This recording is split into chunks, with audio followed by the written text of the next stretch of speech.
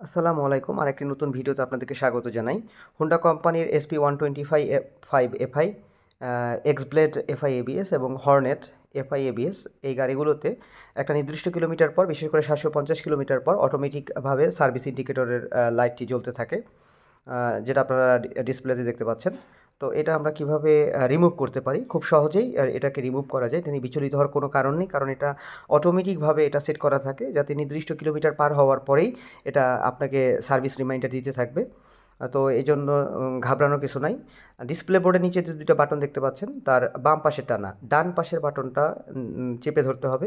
চেপে ধরলেই এটা আস্তে আস্তে করে চলে যাবে। যেটা করবেন সেটা হচ্ছে আগে গাড়িটিকে অফ করে নেবেন।